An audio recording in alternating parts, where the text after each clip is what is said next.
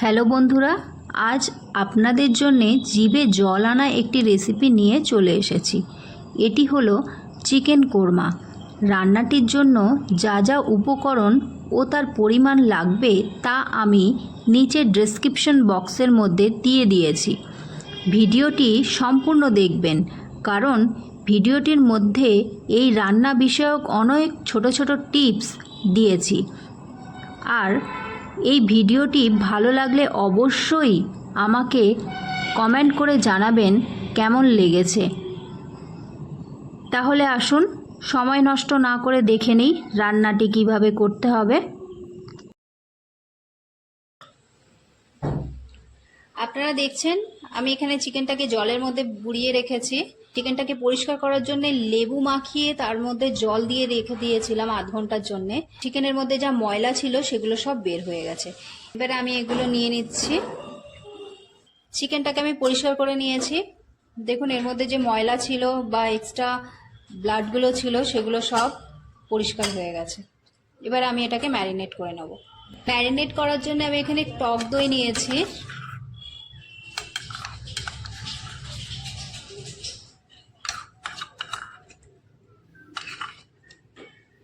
দুই চামচ টক দই,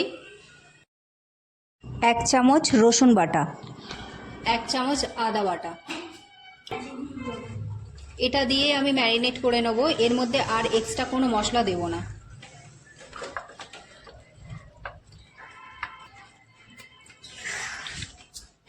যত বেশি সময় ধরে ম্যারিনেট করে রাখবেন তত খেতে সুন্দর হয়। সেই জন্য আমি এটা ভালো করে মাখিয়ে 2 ঘন্টার জন্য ম্যারিনেট করে রাখবো। আমি বেরেস্তা ভাজার জন্য আমি সাদা তেল নিচ্ছি। আপনারা চাইলে এটা সর্ষের তেলেও ভেজে নিতে পারেন। পেঁয়াজটা পুড়ে যাওয়ার জন্য আমি আবার নতুন করে বেরেস্তা তৈরি করছি। পেঁয়াজের বেরেস্তা বানানোর জন্য পেঁয়াজগুলোকে খুব সরু সরু করে কেটে নিতে হবে। দেখুন পেঁয়াজটা একটু নরম হয়ে এসেছে। খুব সামান্য নুন দিলাম, শুধু পেঁয়াজের এক্সট্রা জলটা বের করার জন্য।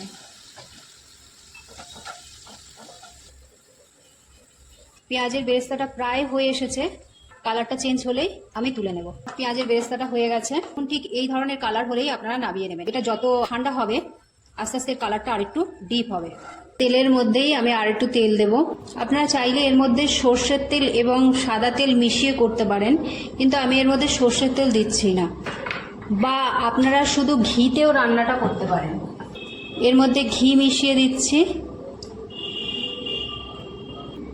2টো ডালচিনি, 4টি ছোট এলাচ ফাটানো, 5টি লবঙ্গ, সাদা গোলমরিচের দানা। সাদা গোলমরিচের দানা না থাকলে আপনারা কালো গোলমরিচও দিতে পারেন। মশলা থেকে সুন্দর একটু গন্ধ বার হলে এর মধ্যে পেঁয়াজ বাটাটা দিয়ে দেবেন। আমি এখানে 2টো পেঁয়াজ বেটে নিয়েছি।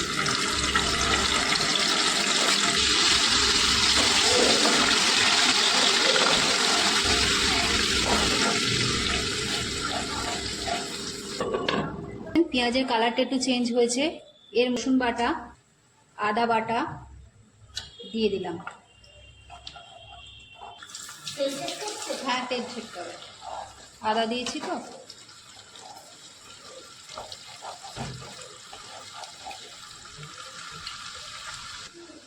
একটু নেড়ে নিলাম, মশলাটা পুড়ে যাতে না যায়।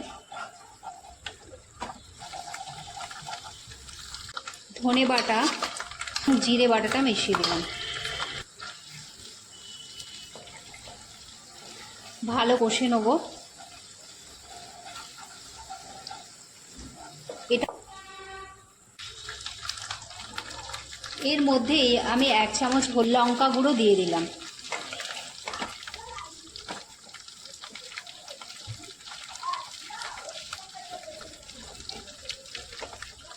মশলাটা ভাজা হয়ে গেছে। এর মধ্যে এবার মাংসটা দিয়ে দেবো।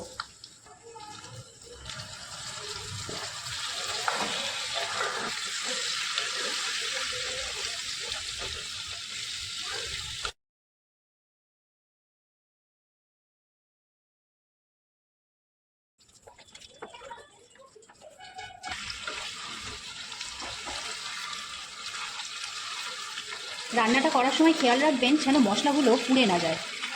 তাই বারবার একটু নেড়ে দেবেন। আবার 1 মিনিট বাদে আবার নেড়ে দেব।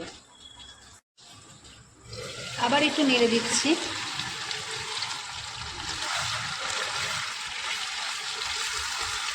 চিকেনের থেকে যে জলটা বার হবে সেই জলের মধ্যেই মাংসটাকে রান্না করতে হবে। আপনারা যত বেশি সময় ম্যারিনেট করে রাখবেন এই রান্নাটা তত তাড়াতাড়ি হয়ে যাবে। সেই জন্যে যখনই রান্নাটা করবেন তখনই চেষ্টা করবেন ম্যারিনেটটা 2 থেকে 3 ঘন্টা যেন হয়। সাজানোর জন্য সামান্য একটু বেরেস্তা রেখে বাকি বেরেস্তাটুকু দিয়ে দিলাম।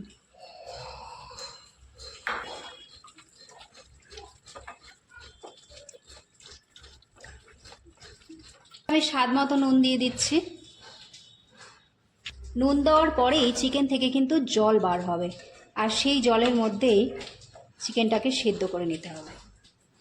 কোরমাটা সাধারণত একটু মিষ্টি খেতে ভালো লাগে, সেই জন্য আমি এখানে 1 চামচ চিনি দিলাম। ভালো করে মিশিয়ে নিলাম।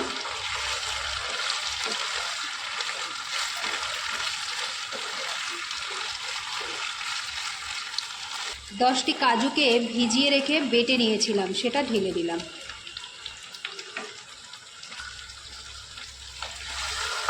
কাজু দেওয়ার সময় খেয়াল রাখবেন আঁচটা যেন ধীরে হয়, নইলে কিন্তু নিচে পুড়ে যাবে।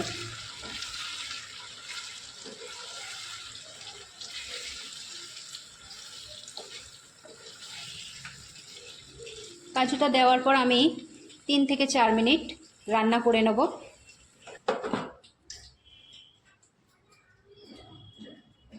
আপনারা জানেন কোরমার মধ্যে জল দিতে নেই, তাই আমি এখানে 1.5 কাপ দুধ দিলাম। আরেকটা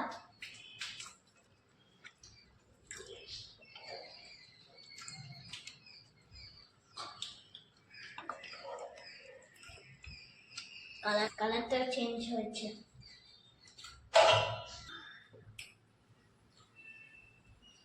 8-10টা শাহামরিচকে পেস্ট করে আমি এখানে দিয়ে দিলাম।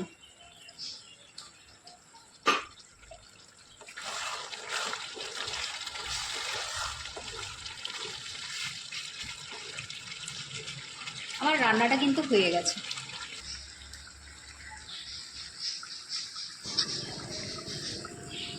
এই রান্নাটি আপনারা সমস্ত কিছুর সাথেই খেতে পারেন, তবে অবশ্যই আমাকে জানাবেন রান্নাটি আপনাদের কেমন লাগলো।